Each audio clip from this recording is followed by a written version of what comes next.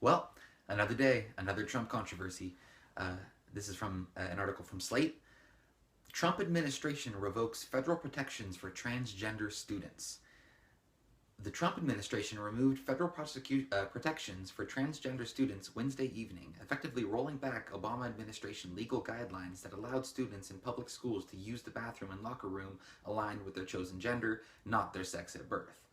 The Trump administration cited states' rights as the primary motivation for the change and kicked the contentious issue back to individual states and local school districts to draw up bathroom policies for transgender students that do not violate federal anti discrimination laws. Um, and what's going on right now is the media is trying to frame this as uh, him basically targeting LGBTQ people or trans people, I guess, in particular.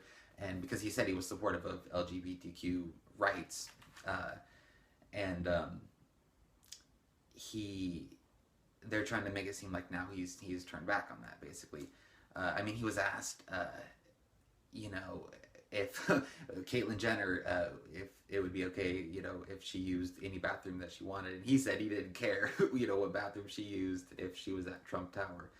Um, so it's pretty clear to me, like, where he stands on that issue. He doesn't really give a darn, but he thinks it's a states' rights issue.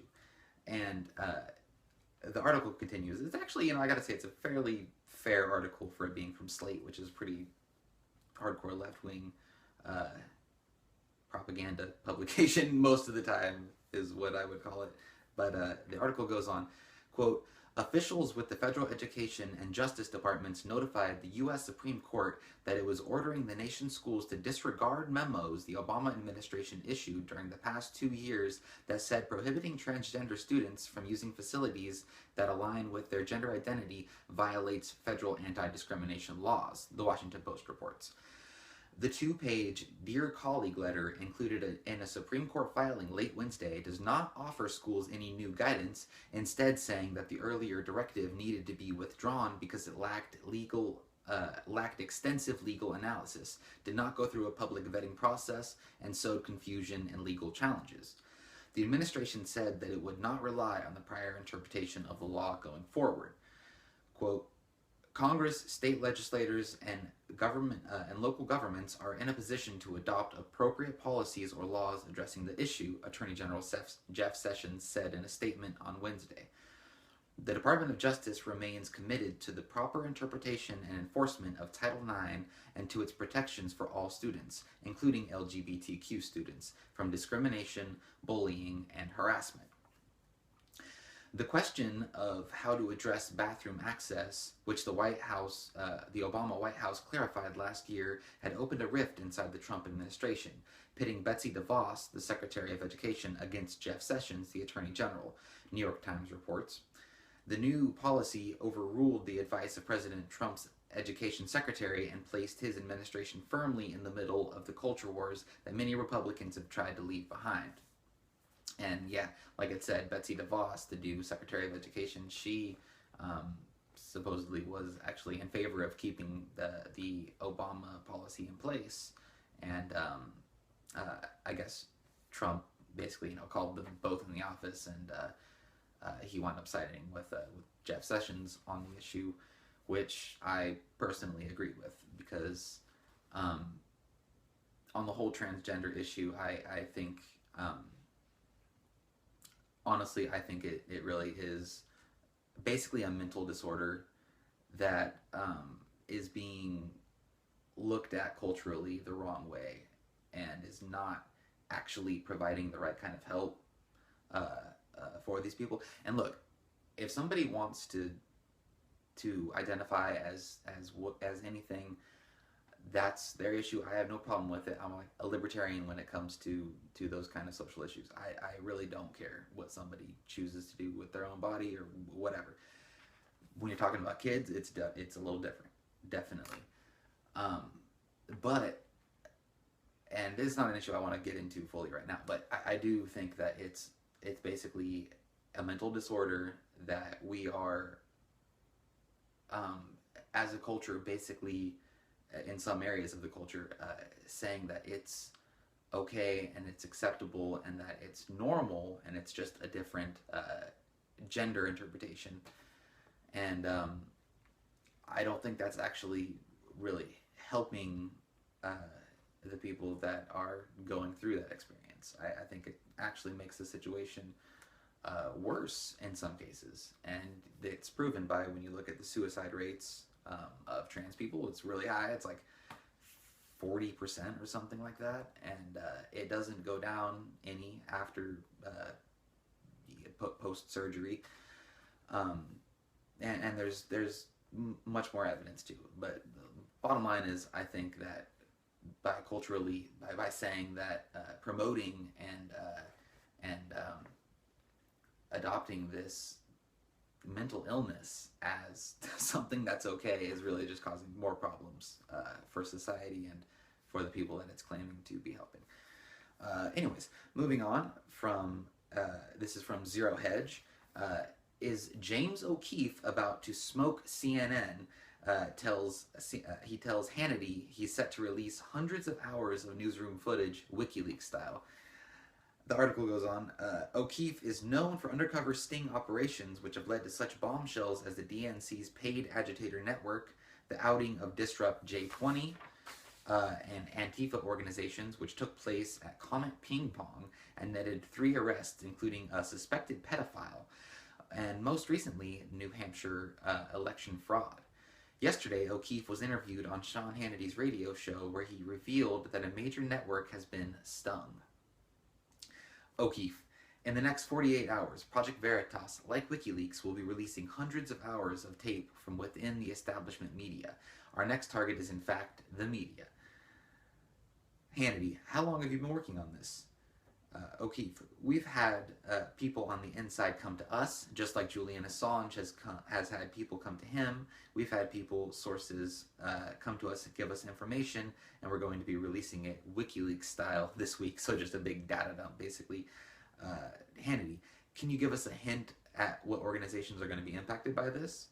O'Keefe, it's one that Trump has really been talking about. You can probably use your imagination. And then Hannity, so it's CNN. I just thought that was a funny little exchange. That was from the other day. And then today, he actually did wind up releasing 119 hours of hidden camera footage on from CNN, from the CNN newsroom. And he is actually offering a $10,000 reward for anybody that can find any type of malfeasance or any type of fraudulent activity, basically trying to edit things in a manipulative fashion to push a certain point of view or agenda or a false narrative. And yeah, he's offering $10,000 if you can actually find something good. And it's just a big data dump. You can find it on CNNleaks.com, I think it is. But you go to Project Veritas, you'll find the link to it or whatever. If you wanted to actually look through all that stuff. So far, they haven't really found much of anything too crazy. I think they found CNN was using outdated poll data purposefully when there was new polls that had been done. They decided not to use those and to stick with the old one because it actually fit their narrative a little bit better. So that's just typical CNN stuff, but who knows? There could be some bombshell stuff in there, so we'll wait and see. But this is another article that shows a little bit of the bias in the mainstream media, you could say. So this is from Gravian.com. Brzezinski, that's Mika Brzezinski from MSNBC. Quote, our job is to control exactly what people think. Yes, she actually said that. It's pretty ridiculous. Controlling exactly what people think is the job of the media, MSNBC's Mika Brzezinski boldly declared Wednesday morning. While discussing President Trump's entreaties to the American people to remain skeptical of the press, Brzezinski worried that if the economy turns south, Americans may end up trusting him over the media. Quote, and it could be that while unemployment and the economy worsens, he could have undermined the messaging so much that he can actually control exactly what people think, Brzezinski said, and that is our job. No, I would say your job is is supposed to be a journalist, an objective journalist, and to put information in full context forward to people in an objective way, and then to let them decide. Or if you're just going to be a left-wing lunatic, that's fine too, but you got to at least admit it. You can't pretend to be objective and then be saying that it's your job to control exactly what people think when you're a left-wing lunatic. That's not okay. That's not what your job is, lady. And this was on Joe Scarborough's show, and he said, exactly, that is exactly what I hear. What Yamichi said is what I hear from all the Trump supporters that I talk to who were Trump voters and are still Trump supporters. They go, yeah, you guys are going crazy. He's doing, what are you so surprised about? He is doing exactly what he said he is going to do. And that's so funny, because they're actually freaking out that's exactly it. They're freaking out that he is doing what he's doing. They're like, whoa, you're actually deporting people? Yeah. I know it is shocking, though, to have a politician actually follow through on some of his campaign promises, but I guess the media just doesn't know how to handle it because they're losing control of the narrative, and they've got a president who they are basically at war with, and they're just losing their minds at this point, and it is just incredible to witness. Brzezinski went on to say, well, I think that the dangerous, edges here are that he is trying to undermine the media and trying to make up his own facts. And it could be that, well, unemployment and the economy worsens, he could have undermined the messaging so much that he can actually control exactly what people think, and that is our job. And that was actually the first quote. So there it is again, if you wanted to hear it again.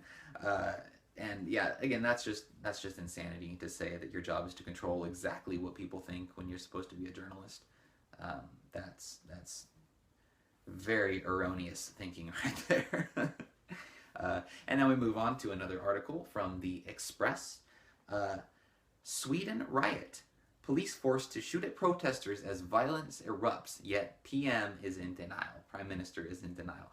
And this is funny because this article, and it talks about it, this happens just after Trump at his rally in Florida, I believe. He said something about something happening last night in Sweden, and everybody thought that meant that he was saying a terrorist attack happened last night in Sweden. And turns out that's not what he meant at all. Of course, the mainstream media just jumped on it, just assuming that's exactly what it was. Just like the Associated Press jumping on the immigration, the troops at the U.S. border and all this other garbage. So they basically just jumped on this narrative, and they were like, oh, he thought there was a terrorist attack, when really he had watched a Fox News show the night before with a guy, Ami Horowitz, I think his name is. I think he's like a comedian and filmmaker, and basically he's gone to some of these Muslim areas where they're taking in tons of refugees, and basically he shows what it's really like, the story that you don't get from the mainstream media, the violence, the fact that, you got these people running around, they're kind of policing the streets, and like a quasi-Sharia law. These weird, like, Islamic ghettos is basically what they've become. And, they're really dangerous. There's actually no-go zones, where no one but the police sometimes will go because they'll have, rocks thrown at them and all this other stuff. I mean, it's crazy. So the article goes on here. The scenes took place just hours after the country's Prime Minister, Stefan Löfven, something like that, slammed Donald Trump for claiming Sweden was in a crisis as a result of its liberal refugee policy. Stockholm police were forced to fire a shot into the crowd in the hard-hit suburb of Rinkeby after a mob of around 30 began attacking officers with rocks. And Rinkeby is a predominantly Muslim area where there are tons of refugees and these kind of things.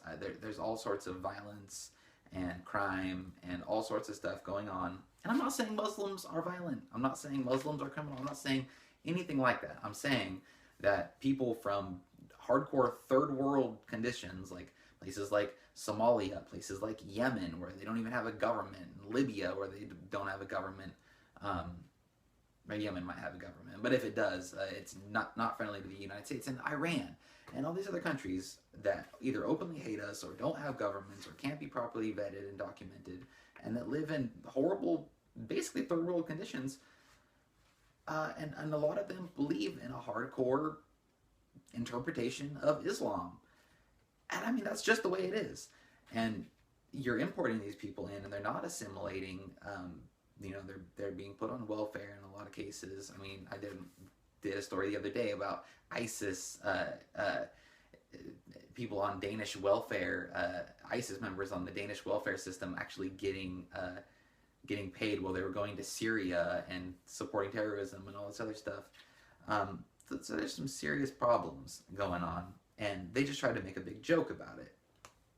But right after Donald Trump, like the day or two after Donald Trump said what happened last night in Sweden, everyone was making fun of him, then a bunch of riots and stuff erupt in Sweden. So the article goes on. Sylvia Odin of the Stockholm police said there was stone throwing, and they were placed in a situation where a number of people jointly attacked and threw stones. They felt vulnerable and threatened. The initial information we received was that a warning shot was fired, but when the picture cleared, it turned out it was for effect, meaning it was intended to hit the target. Another officer told Aftonbladet the police were cornered between the stone throwers and their car and shot towards the stone thrower but missed. In addition to being attacked, emergency services had their hands full as 10 cars were set alight in Rinkeby.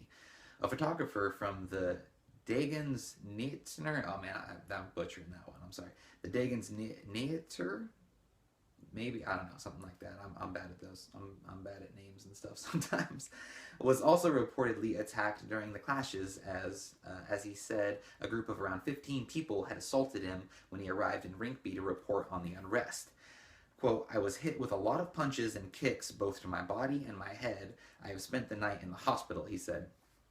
And that guy I was talking about earlier, Ami Horowitz, he had actually been assaulted in one of these instances. He had a mob of people run up and just beat the living daylights out of him because he was, basically there and they didn't like him.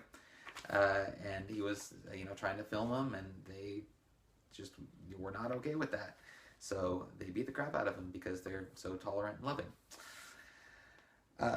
No suspects have been arrested after the clashes. However, officers are treating the incident as a riot and assault on police.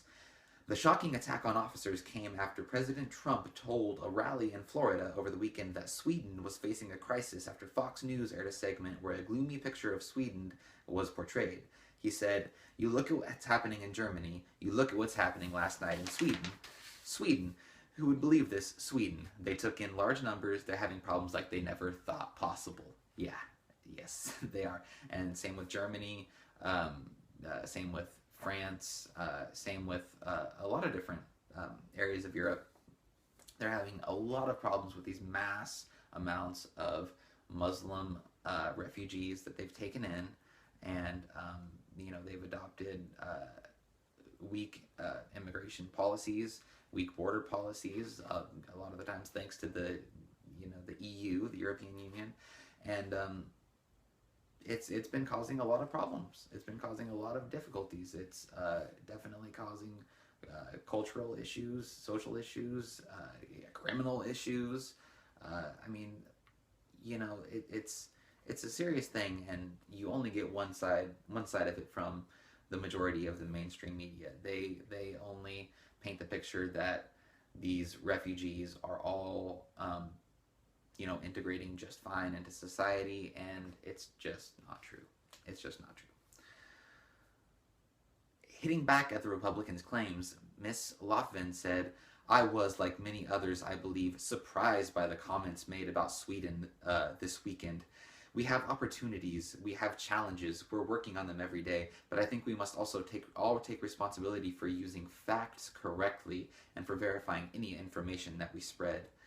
While former Swedish Prime Minister Carl Bildt roared on Twitter, Sweden, terror attack, what has he been smoking? Questions abound. On Monday, he added, last year there were approximately 50% more murders only in Orlando/Orange in Florida, where Trump spoke on the other day, than in all of Sweden. Bad. That's mocking the way Trump uses Twitter. He always ends the end of his Twitter with a single word, usually bad or sad or something of the sort. And that was kind of a funny little jab there. Footage of the riot comes just weeks after 3 police officers were taken to the hospital after being attacked by a mob in Rinkeby. The furious debate about Sweden's existential crisis comes as officials have placed more than 50 areas on a high-risk list where they admit they do not have control. One police officer took to Facebook to share his frustration.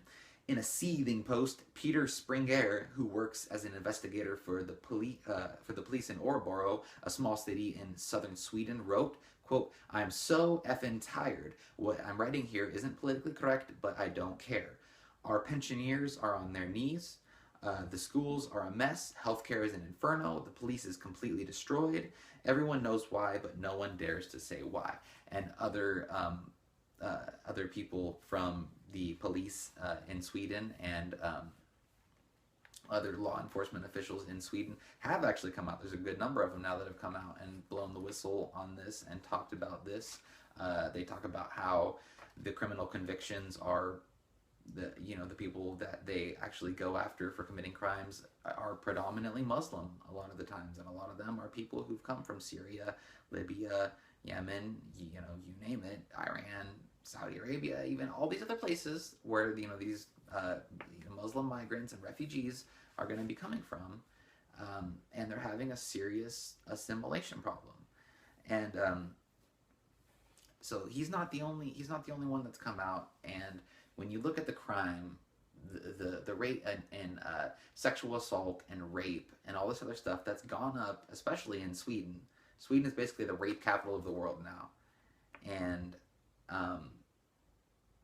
you can look at the rise in immigration with the rise in these crime statistics, and the correlation is something that is striking. And when you've got all these different people, the other thing that they come out and say, these whistleblowers in the law enforcement in Sweden are also saying that when they convict people, a lot of the times they don't actually get to say the country of origin. They don't actually disclose that kind of stuff. They just say that it was a Swede that caused the crime, and they actually try to paint the picture that it's blonde-haired, blue-eyed Swedes that are running around raping everybody, not people who come from third world terror-stricken hellholes where radical interpretations of Islam basically control the whole show. And if you're influenced by that, that's your lifestyle. And women are supposed to cover themselves. Men are in charge. All this other thing. Islam is a religion that a lot of people interpret in a very fundamental way, and it causes a lot of serious issues when you get brought into an open, free society like Sweden or many countries in Europe, and it's just incompatible, and there needs to be a better assimilation process, bare minimum. And moving on to my final story for the day. This is from the Daily Caller, and I particularly enjoy this. This kind of ties in with the last story a little bit. Marine Le Pen, that's the hopeful president for France. She's a woman, and she would be the first female president in France, but you don't hear the mainstream media talking about how great she would be just because she's got a vagina, like they did with Hillary Clinton, because she is, I would not say conservative, she's far right, quote unquote. She's a far right populist, which is basically a socialist who doesn't want open borders and all this other. I mean, when you're talking about European far right populism right now, in a general term, that means you know, they want to close up their borders, they want to get out of the European Union, and they want to have their own currency, they want to preserve their culture, and they want to preserve their own way of life. And that's the basic, like other than that, they still adopt a lot of the, you know, more socialist aspects of a lot of areas of Europe. But she is actually very popular right now. There's a lot of populism going on in Europe, and you know, when you look at Brexit, that was absolutely basically a populist uprising that was spearheaded by people like Nigel Farage, who had immigration be one of the key points of how the European Union, which most of these countries didn't even vote to be able to get into, basically was writing like 90% of their laws. It's this unelected, you know, bureaucracy basically writing the laws for entire countries, and people are getting fed up with it. And so that's a big part of the populism, and you know, so for that, I think she's pretty awesome. And she'd, you know, be the first female president of France. But again, you won't hear the mainstream media talk about it. But this, I feel like, is particularly awesome. So this article goes on. French presidential candidate Marine Le Pen canceled a meeting with a key Arab leader Tuesday after he insisted she wear a headscarf. See, now that's real, that's the empowerment of women right there. That's real feminism, in my view. The National Front leader, who is a front-runner for the president, was scheduled to meet with Lebanon's Grand Mufti, an important cleric for Sunni Muslims, but backed out after it was made clear that she was expected to cover her head, Reuters reports. Quote, "You can pass my respects to the Grand Mufti, but I will not cover myself up," Le Pen told the press. Le Pen has not been required to wear a headscarf when she met with Christian President Michael Aoun and Sunni Prime Minister Saad al-Hari Monday, but a press official for the Grand Mufti said his aides made it clear to Le Pen's staff ahead of the scheduled meeting Tuesday that a headscarf was required, and that his office was, quote, surprised by a refusal to cover her head. France bans overt signs of religion, including headscarves, in public schools and in the public service, and Le Pen favors a total ban on displays of religion in all public areas. And again, this is important because this goes to show that, you know, if you have somebody that actually stands up to the oppression of women, they don't get the attention of the media. The only thing when it comes to feminism that the mainstream media and a lot of radical people, far left people, want to say feminism is all about is the right to have an abortion. And I mean, that's really the main one. That's like one of the main key tenets of modern day feminism. And when you see truly empowered women doing, you know, remarkable things like what Marine Le Pen is doing, they don't actually, you know, get attention. The people that get attention, at least in our country, are people like all these ridiculous celebrities like Madonna and Ashley Judd and all these people talking about blowing up the White House. And, you know, Ashley Judd wants free tampons or something. I don't even freaking know. It's ridiculous. And those are like the idols of feminism. You know, for a lot of people, it's just celebrities. And, you know, what I would say is, look at what Marine Le Pen is doing. You know, look at this bold decision that she made. I mean, covering up her face, you know, covering up a woman's face because of a hardcore religious view, that is oppression of women. And when you look at the Women's March that happened in Germany, there was literally women passing out hijabs and actually singing Allah Akbar, I mean, doing the call to prayer or whatever. And it was the most bizarre thing you've ever seen, because it's supposed to be a movement about, you know, the empowerment of women, and yet they're running around, you know, basically passing out hijabs, which is the personification of suppression of women. I mean, it's just crazy, because radical Sunni Wahhabist Islam, and feminism are two things that should be completely incompatible, yet you saw this weird merger of the two in Germany. It was very bizarre, and I really give props to Marine Le Pen for doing what she did.